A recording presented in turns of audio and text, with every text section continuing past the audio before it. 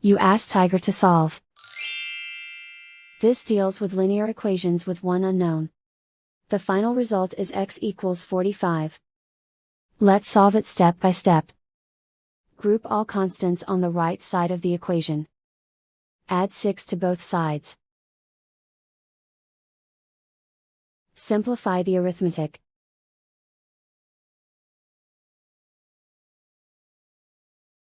Isolate the x. Multiply both sides by inverse fraction 3/1.